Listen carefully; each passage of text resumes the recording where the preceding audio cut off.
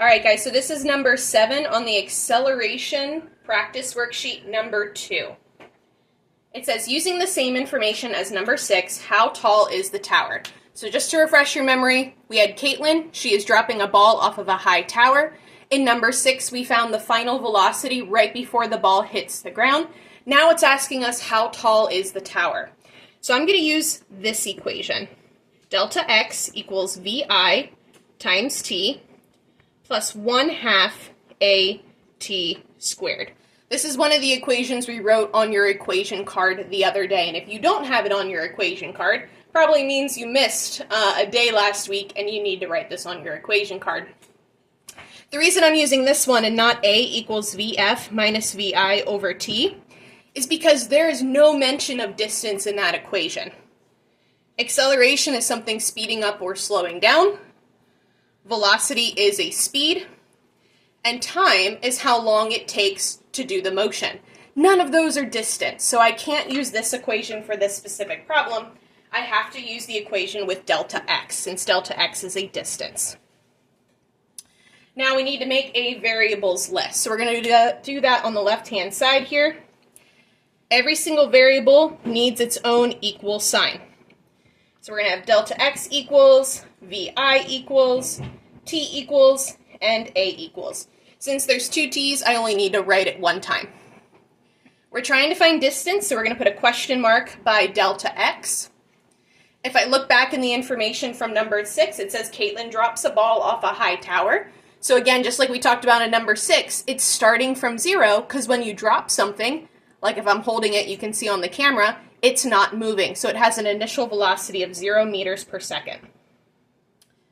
All right, so back to number 6, it took 3.52 seconds for it to hit the ground. And the acceleration it gave us is negative 9.8 meters per second per second. All right, now we just got to plug this into our equation. Remember, the tricky part about this equation is there's a lot of different variables. So you need to double check that you're plugging everything in correctly using parentheses to help organize yourself. Okay, so here we go. Delta x equals vi, which is 0 meters per second. Again, I just stole that right from my variables list. Times t, which is 3.52 seconds. Plus 1/2 times acceleration, which is 9.8 meters per second, times 3.52, because that's our time, squared. Now, that's the tricky part. Sometimes we forget to square that time right there at the end. I'm actually going to do that in my calculator first to get that out of the way. So 3.52 squared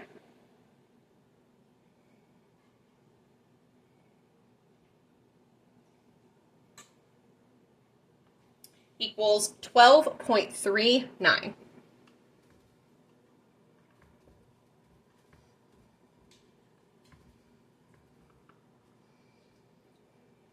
So now I'm just bringing down the rest of my math, and we have 0 times 3.52 here, so that's super simple. We don't need a calculator for that, right? That's going to be 0. That's actually just going to be meters. All right, now I got to take that 12.39 times negative 9.8 times 1/2. And I'm going to get a delta x of negative 60.71 meters. Remember that negative just means it's going in a negative direction, which should make sense because if we're dropping something off of a tower, it's going in the down motion. Therefore, it is going to end up being negative, which is exactly what our math told us. Now remember, if your decimals are slightly off, so if you have a slightly different decimal than me, that is okay. That probably means you did a little bit of a different rounding than I did. That's why I always say do 2 decimal places, because it does help with our rounding to be a little more accurate. All right, so that is number 7.